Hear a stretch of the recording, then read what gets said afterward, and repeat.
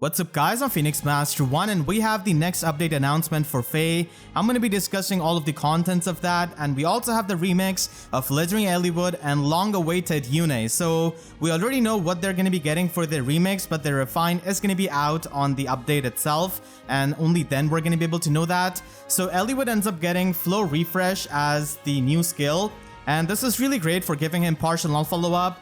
Though I kind of wish that he got Flow Guard, as that's the better skill, but it doesn't really matter too much because at the end of the day, Legendary Eliwood is always used as a support, and his support has gotten incredibly better.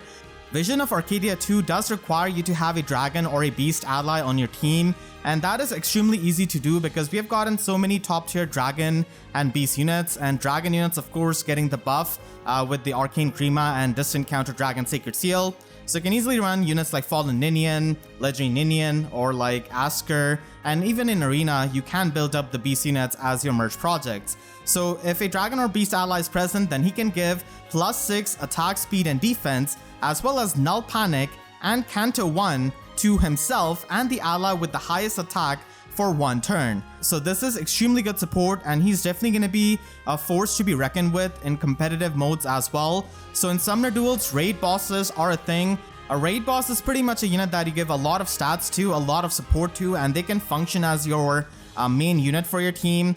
Flame Tribe Lyn, Legendary Dimitri, and Brave Dimitri are examples of that. So basically with that unit, you are trying to omni-tank, and they're pretty much kind of this unkillable unit with the support that you can provide to them. So Legendary Eliwood is going to be really good for that in Summoner Duels, and it's at least good that we're going to be getting Legendary Eliwood with this remix after the Summoner Duels ranked is over for this week. So at least we do not have to worry about running into Flame Tribe Lyns with Might of Myriads supported by Legendary Eliwood.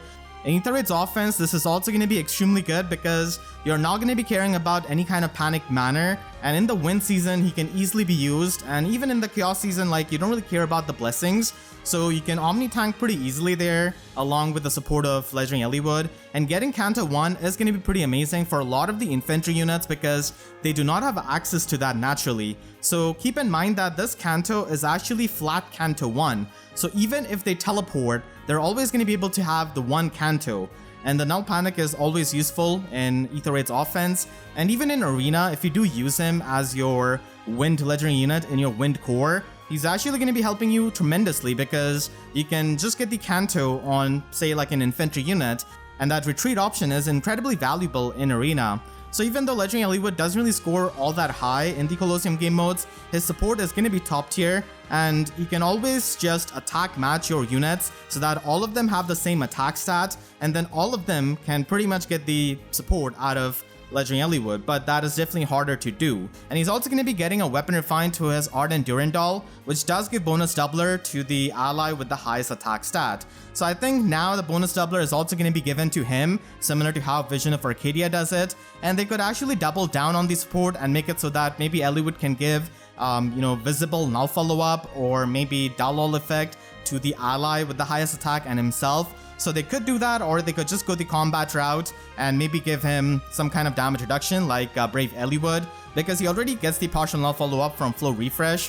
His combat refine, I suppose, is not going to be the most interesting, but they could definitely take that route when he already has this much support already going on with his base kit. And then we have the long-awaited remix and refine for Yune. So Yune gets attack resistance unity now, which is definitely pretty good because a lot of people do run Milla with Sabotage attack or run Temari Dagger Air. So dealing with the debuffs is always good on Aether Raids defense. And she also gets Chaos Named Plus, and this is an insane upgrade because now this skill does not have that restriction of being only active in those 3 columns centered on Yune, and it also does not have any kind of resistance check. So Yune doesn't have to care about running Phantom Resistance, Fury, or any of those things to meet that resistance check. She kind of works like Plagian Dorothea because she will target the unit who has got the highest attack, speed, defense, and resistance on the enemy team and give them a -7 debuff on those stats, but she also goes a step further than Plagian Dorothea and actually spreads that with any kind of foes that are within 2 spaces of them. So she's going to be absolutely amazing with that debuff, and if that was not enough, then she can also panic the foes which have got the highest attack, speed, defense, or resistance on the enemy team. So this is just very powerful support, honestly, and Yune has gotten a lot better, and this kind of weapon kind of tells me that she's going to be getting a refine that maybe has to do something with the debuffs. Maybe she's going to be getting a weapon effect similar to Blizzard of Guntra, or she could even get dominance actually, and I think that dominance is going to be better because she does have trouble, killing things, even blue units. So getting dominance is going to be pretty good. And if she gives dominance to the allies adjacent to her or something like that, then that would be like the best case scenario and would definitely give your team the extra oomph to deal even more damage to the far safe tanks. So this kind of effect is extremely good, and she is a very potent debuffer and actually gives her viability outside of Aether Raids defense as well. Like in Aether Raids Chaos, you could just use her if you're trying to use a unit who depends on the debuffs, and you can even use her in Summoner Duels S now because of the support. And I'm definitely looking forward to her weapon refine, and I hope that it can build up on the debuffs that she can provide with Chaos named and the panic as well. And keep in mind that the panic debuffs and the debuffs done by the primary effect of her skill actually stack up. So those are different kind of penalties, because the panic will convert all of your buffs into penalties, and then she's already, debuffing the opponent with those penalties as well. So they can stack up, and that can definitely make her pretty powerful if she ends up getting a weapon refine, which I think she will. So yeah, pretty happy for Yune. I hope that she can have a bit of a hybrid weapon where she can get better combat and also provide more support to her Aether Raids defense allies. And they are going to be getting the weapon refines with the other refinery batch units. So Python is getting a weapon refine, and Python is a fan favorite. He was available in the Hall of Arms as well. A lot of people did get him, and Python is going to be getting Snidebow, which I think is a perfect name because Python is pretty cynical towards the world. So I hope he can get a weapon refine that kind of reflects on his personality. He's not exactly, lazy like Hilda, so I don't think they will go that route, but I hope that he can get a practical refine. I hope that he can end up getting a weapon refine that can give him more damage output, because that is something that is lacking on Python right now. He does have the higher defense than a lot of the Bow Cavaliers, but attack is definitely something he's missing. He's probably going to be carrying over the true damage of Short Bow Plus, so I hope that they can build up on that and maybe give him the Null Guard effect so that he can trigger that effect. We also have Cynthia getting a weapon refine, and just like her mother, she is kind of clumsy, but she's definitely a lot more optimistic and wants to be a hero. So I think she might have a weapon refine similar to Sumiya, where she could end up getting Kanto in her weapon. And kind of like this Wings of Mercy because she wants to be this hero. And because they've already given us Florid Cane as the free-to-play weapon, I do think that they could just have a built-in Kanto in this kind of weapon for Cynthia, especially because she does have the same Pegasus as her mother, so it would make sense. They're probably going to be carrying over the Fire Sweep effect similar to how they did for Soleil. So she could be a pretty nice offensive unit in the player phase, and getting partial null follow-up is going to be pretty nice if she doesn't end up getting Kanto, so at least she could run the Trace skill. But I do think that she's probably going to get Kanto in her weapon like her mother, and maybe some kind of Wings of Mercy. And we also have Fallen Female Corrin getting a weapon refine. So her stat spread can definitely work with a good refine, and we do have access to the distant counter Dragon Sacred Seal. She's not going to be as good as the Halloween female Corrin that we just got, and she doesn't really have Negating Fang like the legendary version of Corrin. I mean, she is pretty fast and can function offensively as well, but I hope that they can just give her something like Null Follow-Up effect in her weapon so that she can function with distant counter Dragon Sacred Seal without really having that opportunity cost. Petra's weapon is honestly pretty underwhelming outside of the -1 special cooldown and the beast effective damage, so I hope that they can actually give her an ability to do more damage and to hunt better, because Petra loves hunting, and that's why I hope that they can take a page out of Summerlin's book and maybe give her the melee sweep effect so that no kind of beast unit can counter attack to her, which is going to be making her the ultimate, beast hunter, I suppose. And even giving her, some kind of time pulse effect or the null guard effect is going to be helping her so that she can run Ruptured Sky or maybe pre-charge it or trigger it on her follow-up attack. And she's definitely one of my favorite Three Houses characters, so I'm really looking forward to her weapon refine. And we also have the first duo unit of the entire game getting the weapon refine. So Halloween Hector definitely needs a lot more things to function.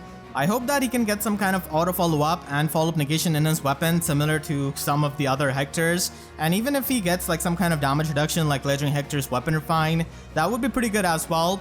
And there are definitely other sword armors right now with Arcane Luthnir who can function better than him.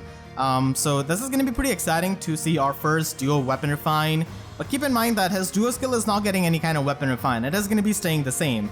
And the next month's weapon refine, that's why it could be duo Marth, because the doors are open for the duo weapon refine. So duo Marth is the next in line. Duo Ephraim is in a limbo. He's not exactly a seasonal unit, so these duo units are going to be occupying the seasonal slot of a weapon refine batch. So that's why I think that duo Marth is going to be happening. And then next in line for getting a Grail refine is going to be Kronia. And Kronia is extremely popular unit, so a lot of people are going to be looking forward to her weapon refine. So these are at least the refines that we know can happen next month. And we also have new Ephemera units, and they can definitely provide you some nice fodder. Ninja Navarre is the best one out of this, and you should definitely be getting him because he can provide you with Flashing Blade 4 and Lull Speed defense. And Ninja Yari Plus is a pretty interesting weapon because it's a quad attacking weapon that can give you the extra speed as well at the cost of your bulk. It does face competition from Ninja Naginata Plus of Ninja Male Corrin. And Ninja Naginata Plus just gives you true damage, so a lot of people do want to have that over the Ninja Yari because then you can stack up the true damage with Flashing Blade 4 and pretty much get 9 true damage on every single hit. But Ninja Yari basically just gives you extra speed, and you can definitely run this on Fallen Dimitri. His weapon is not the greatest, so this is definitely one of the builds that you can run on him if you're not able to get Ninja Naginata Plus. And you can also inherit Flashing Blade 4 and this weapon at the same time on Azura, who can function as a Wings of Mercy Gale Force Dancer in Aether Raids offense. And if you do not have its curtains to give to her, then this could be a pretty good weapon because you can easily run her with Asker and have Gale Force at 4 cooldown. And then with the Brave hits, you can easily trigger the Gale Force. So she's definitely one of the better users of it. And it could just be given to any kind of unit who wants to have a player phase build. But unfortunately, you're not going to be able to inherit the weapon and Lull Speed defense at the same time. We also have Ewan as our other 5-star Ephemera unit, and honestly I was expecting Garrick here. He would have been pretty awesome with the Fire Sweep Axe, Sudden Panic and Infantry Pulse, but unfortunately Ewan is here and he just provides you with Sabotage Speed, which we do not have in the Grail pool. We do have Sabotage Attack and Sabotage Resistance, so you can run Sabotage Speed on a high resistance unit and use it with Phantom Resistance, which definitely has good synergy with it. Raphael is pretty much one of those examples who can stack up HP for the Infantry Pulse support and also support your team with that Sabotage Speed debuff because of his high resistance. And Elamine is the boogeyman of Astra Season, so she can definitely run this. And Sabotage Speed is going to be pretty nice if you're running a unit with like Godlike Reflexes, Vital Astra, or any of those skills which have any kind of speed check or they have the speed based damage reduction. So Sabotage Speed is going to be really helpful there. It can also be used with Fortune Bow Plus on a dancer like New York Plumeria. Fortune Bow is often forgotten. It's pretty much like Temari Dagger, but opposite. It provides you with defense and resistance debuff. So you can run Sabotage Speed and pretty much have like 3 forms of debuffs with a build like this. We don't really have too many dancers who can have high resistance to run the Fortune Bow, and that's why it's not really seen all that much. But yeah, pretty decent support skill, which I think is eventually gonna get added into the Grail pool, so not the greatest Ephemera unit personally. The Serpent Tome is simply outclassed by like Vulture Tome, which we can have available in the Grail section. And then we also have Bride Larum getting added here. So she's one of the merge projects that a lot of people have as well from the Grail pool. She just provides you with attack cantrip, which is not the greatest skill. Most dancers do prefer having Wings of Mercy, but she can at least give you guidance if you do upgrade her. We also have Colm as the demote unit in this Ephemera batch. He does have the Quick Dagger, which is basically Ouch Pouch Plus, so it can be useful for pre-charging lethality. And he also has Attack Speed 2 as a budget skill that you can give to your units. We also have Ferdinand here for the reposition and also Rouse Speed defense too. Rouse skills are not as good as the Oath skills, so most of the time he's going to be used for reposition. And then we also have Camilla with Savage Blow, so that is the skill which most people fought her for. And finally we have Laslow with Axe Breaker, which I suppose is useful for Arena Assault. So you should absolutely prioritize getting Ninja Navarre because his fodder is definitely pretty nice, and it really depends if you want to get Sabotage Speed or not depending on the units that you usually use. Summoner Duels is getting updated and the max favor level is going to be 2500, so I believe that we're going to be getting the Cavalry Dragon Flowers at that max favor level as a reward. And in Aether Raids, we are going to be able to upgrade Healing Tower up to level 10. Definitely one of the best structures to be used in Aether Raids defense, and a lot of people do use the Healing Tower in Aether Raids offense as well, if they use the save tanks a lot. 2 new songs are going to be added into the concert hall, Ships and Homes from Blazing Sword, and also Preparation Reunion from Shadows of Valentia. It is pretty much the theme that plays around the end of the game when Alm and Celica's armies have combined. And we are also going to be having Flame Tribe Mordecai and Holst getting added into the Grail pool. A lot of people do want to merge these units, especially Holst, who can function as a pretty good arena unit with that weapon that has bonus doubler built into it. And they're going to be having some other changes like adding filters to the skill search function, and then also revising some of the animations of Lloyd. So this definitely comes out of nowhere, but it is definitely something that has to be fixed since launch. So this is something that I saw being pointed out by Polygon 2, that Lloyd's sprite definitely needed the visual change because it is kind of jarring if you use him quite a lot. So that is definitely pretty good, finally getting a fix to that. And they're also going to be fixing some of the visuals for the hero's journey. And now Fallen Tiki and Legendary Tiki are going to be able to equip the golden Divine Tiara, which is definitely a pretty good news for a lot of the people who were disappointed that they cannot equip Tiki with that. And they're also going to be fixing the push notifications for the Android devices about the events and stuff. Not sure if they fixed the issue with iOS 16. I believe a lot of people were having trouble with that. Maybe they have said that in the announcement board of the iOS users, I'm not really too sure. So that is the update that we're going to be getting in a couple of days, and I'm really looking forward to the remix and the refine of Yune and Eliwood. So let me know in the comments what you think about this update, and if you enjoyed this video then please be sure to leave a like and a comment. Helps me tremendously, and if you really enjoyed, you could always support me directly by using super thanks or by becoming a YouTube member down below. And for more Fae videos, make sure to subscribe and hit the notification bell, because YouTube sub boxes are about as functional as original Hector, seeing duo Hector get a weapon refined before him. So with that said, I'll see you guys next time. Thank you so much for watching and have a great day.